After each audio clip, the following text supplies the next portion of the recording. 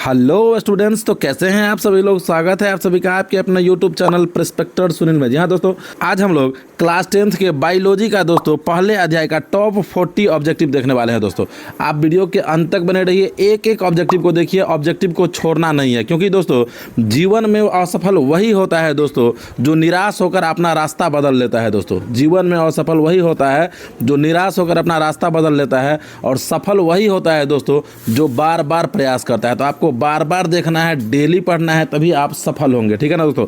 तो चलिए शुरू करते हैं और देखते हैं कि बायोलॉजी के पहले अध्याय का पहला ऑब्जेक्टिव क्या है दोस्तों। तो देखिए, बायोलॉजी के पहले अध्याय का पहला ऑब्जेक्टिव है दोस्तों कि पौधों में वाष्पोत्सर्जन किस भाग में होता है। पौधों में वाष्पोत्सर्जन का जो क्रिया होता है वह किस भाग में होता है। तो यहाँ पे देखिए, ऑप्शन ए में है जड़ में, ऑप्शन बी है तना में, ऑप्शन सी है पत्ता में, और ऑप्शन डी है फूल में। तो इसका जो राइट आंसर होगा वो ऑप्शन नंबर सी होगा। वाष्पोत्सर्जन की क्रिया पत्तों में होती है, पौधों में। अब आइए अगले क्वेश्चन की ओर और देखिए, दूसरा नंबर क्वेश्चन हमारा है कि मानव रक्त में उपस्थित यूरिया की सामान्य मात्रा होती है। मानव रक्त में उपस्थित यूरिया की सामान्य मात्रा कितनी होती है। ऑप्शन ए है 100 mg, ऑप्शन बी है 20 mg, ऑप्शन सी है 30 mg, और ऑप्शन डी है 40 mg। तो इसका जो राइट आंसर होगा वो ऑप्शन नंबर बी होगा दोस्तों, 20 mg इसका राइट आंसर हो जाएगा। ठीक है, अब आइए अगले क्वेश्चन की ओर और देखिए, तीसरा नंबर क्वेश्चन है हमारा कि श्वसन क्रिया के दौरान कितनी प्रतिशत ऊर्जा ताप के रूप में निष्कासित होती है। श्वसन क्रिया के दौरान कितनी प्रतिशत ऊर्जा ताप के रूप में निष्कासित होती है। तो ऑप्शन ए है 20%, ऑप्शन बी है 40%, ऑप्शन सी है 60%, और ऑप्शन डी है 80%। तो इसका जो राइट आंसर होगा वो ऑप्शन नंबर ए हो जाएगा, 20% इसका राइट आंसर हो जाएगा मेरे भाई। चलिए अब हम लोग चौथा नंबर क्वेश्चन देखते हैं और देखिए, चौथा नंबर क्वेश्चन है कि मनुष्य में वृक्क एक तंत्र का भाग है जो संबंधित है। मनुष्य में वृक्क जो है वह एक तंत्र का भाग है, यह किससे संबंधित है। तो ऑप्शन ए है पोषण, ऑप्शन बी है श्वसन, ऑप्शन सी है उत्सर्जन, और ऑप्शन डी है परिवहन। तो इसका जो राइट आंसर होगा वो ऑप्शन नंबर सी हो जाएगा, उत्सर्जन। अब चलिए अगले क्वेश्चन की ओर और देखिए, पांचवा नंबर क्वेश्चन है कि पौधे के वायवीय भागों में जल के निष्कर्षण की क्रिया कहलाती है। पौधे के वायवीय भागों से जल का जो निष्कर्ष होता है उस क्रिया को हम लोग क्या कहते हैं। तो ऑप्शन ए है परागन, ऑप्शन बी है निषेचन, ऑप्शन सी है विसरण, और ऑप्शन डी है वाष्पोत्सर्जन। तो इसका जो राइट आंसर होगा वह वाष्पोत्सर्जन हो जाएगा, ऑप्शन नंबर डी इसका राइट आंसर हो जाएगा। अब चलिए अगले क्वेश्चन की ओर और देखिए, छठा नंबर क्वेश्चन है हमारा। छठा नंबर क्वेश्चन है कि वह प्रक्रम जिनके द्वारा शरीर में ऊर्जा का उत्पादन होता है उसे हम लोग क्या कहते हैं। किस प्रक्रम के द्वारा शरीर में ऊर्जा का उत्पादन होता है। तो ऑप्शन ए में है श्वसन, ऑप्शन बी में है पोषण, ऑप्शन सी में है उत्सर्जन, और ऑप्शन डी में है उत्तेजनशीलता। जो शरीर में ऊर्जा का जो निर्माण होता है वह श्वसन की क्रिया के द्वारा होता है, यानी कि ऑप्शन नंबर ए जो है यह इसका राइट आंसर हो जाएगा। चलिए अब अगले क्वेश्चन की ओर और देखिए, सातवां नंबर क्वेश्चन है कि कौन सी क्रिया सभी जीवों के लिए अनिवार्य है। कौन सा क्रिया है जो सभी जीवों के लिए अनिवार्य है। ऑप्शन ए है प्रकाश संश्लेषण, ऑप्शन बी है वाष्पोत्सर्जन, ऑप्शन सी है श्वसन, और ऑप्शन डी है चलन। इसका जो राइट आंसर होगा वो ऑप्शन नंबर सी हो जाएगा, श्वसन हो जाएगा। ठीक है मेरे भाई। चलिए अब अगले क्वेश्चन की ओर आइए और देखिए, आठवां नंबर क्वेश्चन है कि मैग्नीशियम पाया जाता है। मैग्नीशियम किस में पाया जाता है। ऑप्शन ए है क्लोरोफिल में, ऑप्शन बी है लाल रक्त कण में, ऑप्शन सी है वर्णी लवक में, और ऑप्शन डी है श्वेत रक्त कण में। तो इसका जो राइट आंसर होगा ऑप्शन नंबर ए हो जाएगा, क्लोरोफिल में। अब आइए अगले क्वेश्चन की ओर देखिए, नौवां नंबर क्वेश्चन है कि मानव हृदय में पाए जाते हैं। ऑप्शन ए है 3 वेश्म, ऑप्शन बी है 2 वेश्म, ऑप्शन सी है 4 वेश्म, और ऑप्शन डी है 5 वेश्म। तो इसका जो राइट आंसर होगा ऑप्शन नंबर सी हो जाएगा कि मानव हृदय जो होता है वह 4 भागों में बटा रहता है, उसी को हम लोग वेश्म कहते हैं। तो 4 वेश्म हो जाएगा। ठीक है, चलिए अब 10वां नंबर क्वेश्चन की ओर और 10वां नंबर क्वेश्चन है कि प्रकाश संश्लेषण द्वारा किसकी प्राप्ति होती है। प्रकाश संश्लेषण की क्रिया के द्वारा किसकी प्राप्ति होती है। ऑप्शन ए है वसा की, ऑप्शन बी है प्रोटीन की, ऑप्शन सी है ग्लूकोज की, और ऑप्शन डी है प्रकाश की। तो इसका जो राइट आंसर होगा वो ऑप्शन नंबर सी हो जाएगा, ग्लूकोज की। ठीक है, चलिए अब अगले क्वेश्चन की ओर और देखिए, तो 11वां नंबर क्वेश्चन।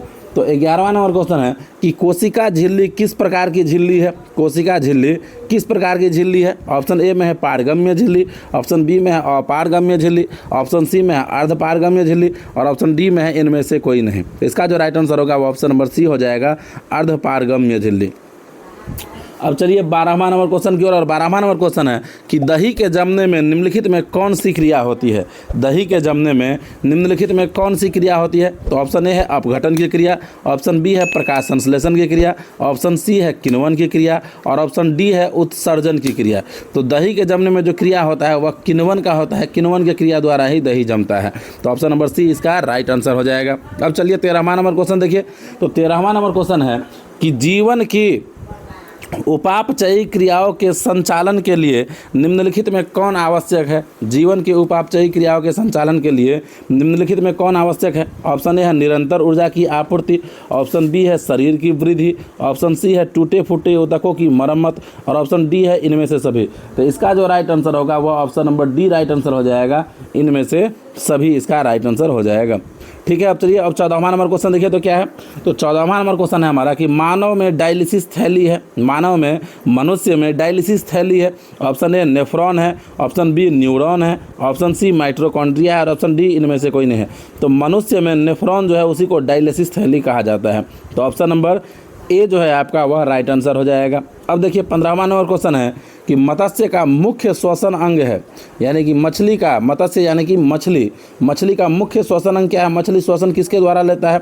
ऑप्शन ए है किया के द्वारा, ऑप्शन बी है फेफड़ा के द्वारा, ऑप्शन सी है गिल्स के द्वारा और ऑप्शन डी है नाक के द्वारा। तो इसका जो राइट आंसर हो जाएगा वह हो जाएगा ऑप्शन नंबर सी गिल्स के द्वारा।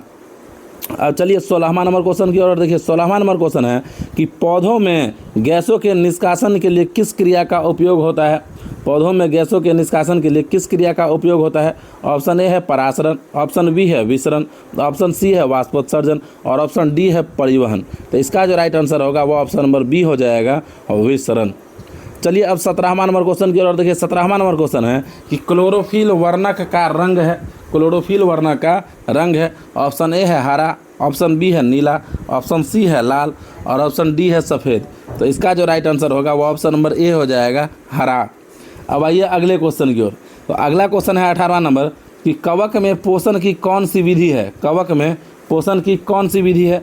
तो ऑप्शन ए है स्वपोषी, ऑप्शन बी है मृतजीवी, ऑप्शन सी है संभोजी और ऑप्शन डी है इनमें से कोई नहीं। तो इसका जो राइट आंसर होगा वो ऑप्शन नंबर बी हो जाएगा मृतजीवी। अब आइए अगले क्वेश्चन की ओर देखिए। 19वां नंबर क्वेश्चन है कि रेजिन एवं गोंद कहाँ संचित रहता है। रेजिन एवं गोंद कहाँ संचित रहता है। ऑप्शन ए है फ्लोएम में, ऑप्शन बी है कॉर्टेक्स में, ऑप्शन सी है छाल में और ऑप्शन डी है पुराने जाइलम में। तो इसका जो राइट आंसर होगा ऑप्शन नंबर डी हो जाएगा पुराने जाइलम में। चलिए दोस्तों तो बढ़ते हैं अब अगले क्वेश्चन की ओर। देखिए 20वां नंबर क्वेश्चन क्या है हमारा।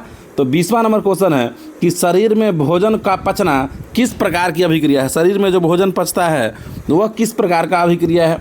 ऑप्शन ए देखिए है उपचयन अभिक्रिया, ऑप्शन बी है संचयन अभिक्रिया, ऑप्शन सी है विस्थापन अभिक्रिया और ऑप्शन डी है अपचयन अभिक्रिया। तो बोलिए शरीर में भोजन का पचना किस प्रकार का अभिक्रिया है। तो शरीर में भोजन का पचना है उपचयन अभिक्रिया, यानी कि ऑप्शन नंबर ए जो है वह राइट आंसर हो जाएगा। अब चलिए अगले क्वेश्चन की ओर देखिए। 21वां नंबर क्वेश्चन क्या है। तो 21वां नंबर क्वेश्चन है कि रक्त क्या है। ऑप्शन ए में है कोशिका, ऑप्शन बी में है ऊतक, ऑप्शन सी है पदार्थ, ऑप्शन डी है कोई नहीं। रक्त क्या है। तो रक्त है ऊतक, यानी कि ऑप्शन नंबर बी जो है यह आपका राइट आंसर हो जाएगा। ठीक है, चलिए अब बढ़िया अगले क्वेश्चन की ओर देखिए। 22वां नंबर क्वेश्चन। तो 22वां नंबर क्वेश्चन हमारा है कि निम्नलिखित में कौन उत्सर्जी अंग है। निम्नलिखित में कौन उत्सर्जी अंग है। ऑप्शन ए है वृक्क, ऑप्शन बी है अग्नाशय, सी है आँख और डी है कोई नहीं। इसका जो राइट आंसर होगा वो ऑप्शन नंबर ए हो जाएगा वृक्क। चलिए अब अगले क्वेश्चन की ओर देखिए। 23वां नंबर क्वेश्चन। तो 23वां नंबर क्वेश्चन है कि रक्षी कोशिकाएं पाई जाती है। ऑप्शन ए है जड़ में, ऑप्शन बी है पत्तियों में, ऑप्शन सी है फूलों में और ऑप्शन डी है फलों में। तो रक्षी कोशिका जो होता है वह पाया जाता है ऑप्शन नंबर बी पत्तियों में दोस्तों। ठीक है, चलिए अब अगले क्वेश्चन की ओर देखिए। 24वां नंबर क्वेश्चन है कि इथाइल अल्कोहल किस प्रकार के श्वसन में बनता है। इथाइल अल्कोहल किस प्रकार के श्वसन में बनता है। ऑप्शन ए है वायवीय, ऑप्शन बी है अवायवीय, ऑप्शन सी है ए एवं बी दोनों और ऑप्शन डी है इनमें से कोई नहीं। तो इसका जो राइट आंसर होगा वो ऑप्शन नंबर बी हो जाएगा अवायवीय श्वसन। अब चलिए अगले क्वेश्चन की ओर देखिए। 25वां नंबर क्वेश्चन है कि मनुष्य के सांस लेने और सांस छोड़ने की क्रिया को क्या कहते हैं। यह किसे नहीं याद होगा यदि आप इस चैप्टर पढ़े हैं तो। सांस लेने और सांस छोड़ने की क्रिया को हम लोग कहते हैं श्वासोच्छ्वास, यानी कि ऑप्शन नंबर ए जो है वह राइट आंसर हो जाएगा। यह क्वेश्चन आपसे सब्जेक्टिव में भी पूछ सकता है कि श्वासोच्छ्वास से आप क्या समझते हैं 2 नंबर में। तो डायरेक्ट कहना है कि सांस लेने और सांस छोड़ने की क्रिया को श्वासोच्छ्वास कहते हैं। अब आइए अगले क्वेश्चन की ओर। देखिए 26वां नंबर क्वेश्चन है कि रक्त में आयरन की कमी से होने वाला एक रोग है। रक्त में आयरन की कमी से होने वाला एक रोग है। ऑप्शन ए है टीबी, ऑप्शन बी है मधुमेह, ऑप्शन सी है एनीमिया और ऑप्शन डी है उच्च रक्तचाप। तो इसका जो राइट आंसर होगा वो ऑप्शन नंबर सी हो जाएगा, एनीमिया। अब चलिए अगले क्वेश्चन की ओर और देखिए 27वां नंबर क्वेश्चन है हमारा कि पादप में जाइलम उत्तरदायी है। पादप कोशिका जो होता है उसमें पादप जो होता है उसमें जाइलम किस चीज़ के लिए उत्तरदायी है? पौधों में जाइलम ऊतक जो होता है वह किसके लिए उत्तरदायी है? तो ऑप्शन ए में है जल का वहन, बी में है भोजन का वहन, सी में है अमीनो अम्ल का वहन और डी में है ऑक्सीजन का वहन। सी डी होगा ही नहीं, या तो जल का वहन या तो भोजन का वहन। तो जौ से जल और जौ से जाइलम। तो याद रखिएगा कि जाइलम जो है वह जल के वहन के लिए उत्तरदायी है, फ्लोएम भोजन के वहन के लिए। अब आइए अगले क्वेश्चन की ओर और देखिए 28वां नंबर क्वेश्चन है कि कूटपाद किस में पाया जाता है? कूटपाद किस में पाया जाता है? ऑप्शन ए है पैरामीशियम में, ऑप्शन बी है यूग्लिना में, ऑप्शन सी है अमीबा में और ऑप्शन डी है इनमें से कोई नहीं। तो इसका जो राइट आंसर होगा वो ऑप्शन नंबर सी हो जाएगा, अमीबा में इसका राइट आंसर हो जाएगा। अब चलिए अगले क्वेश्चन की ओर और देखिए 29वां नंबर क्वेश्चन क्या है? तो 29 नंबर क्वेश्चन है कि प्रकृति में ऑक्सीजन का संतुलन कैसे बना रहता है? प्रकृति में ऑक्सीजन का संतुलन कैसे बना रहता है? ऑप्शन ए है संयोजन क्रिया के द्वारा, ऑप्शन बी है प्रकाश संश्लेषण के द्वारा, ऑप्शन सी है अपघटन के द्वारा और ऑप्शन डी है इनमें से कोई नहीं। तो इसका जो राइट आंसर होगा वो ऑप्शन नंबर बी हो जाएगा, प्रकाश संश्लेषण क्रिया के द्वारा। अब आइए 30वां नंबर क्वेश्चन की ओर। तो 30वां नंबर क्वेश्चन है कि एस्टोमेटा पौधों में किस अंग में पाया जाता है? एस्टोमेटा जो है वह पौधों के किस अंग में पाया जाता है? ऑप्शन ए है तना में, ऑप्शन बी है पत्तियों में, सी है जड़ में और डी है इनमें से कोई नहीं। तो इसका जो राइट आंसर होगा वो ऑप्शन नंबर बी हो जाएगा मेरे भाई, पत्तियों में। एस्टोमेटा कहाँ पाया जाता है? तो याद रखिएगा एस्टोमेटा पत्तियों में पाया जाता है। ठीक है, चलिए अब आइए अगले क्वेश्चन की ओर और आइए अगला क्वेश्चन है कि मानव हृदय का औसत प्रकुंचन दाब है लगभग 120 mmHg, 150 mmHg, 90 mmHg और ऑप्शन डी है इनमें से कोई नहीं। तो इसका जो राइट आंसर होगा वो ऑप्शन नंबर ए हो जाएगा, 120 mmHg। अब आइए अगले क्वेश्चन की ओर। देखिए 32वां नंबर क्वेश्चन। तो 32वां नंबर क्वेश्चन है इनमें कौन प्रकाश संश्लेषी अंग है? इनमें से कौन प्रकाश संश्लेषी अंग है? ऑप्शन ए है पत्ती, बी है स्ट्रोमा, सी है ग्राना, डी है हरित लवक। तो इसका जो राइट आंसर होगा वो ऑप्शन नंबर ए हो जाएगा, पत्ती। ठीक है, चलिए अब अगले क्वेश्चन की ओर। 33वां नंबर क्वेश्चन है कि वाष्पोत्सर्जन कैसी प्रक्रिया है?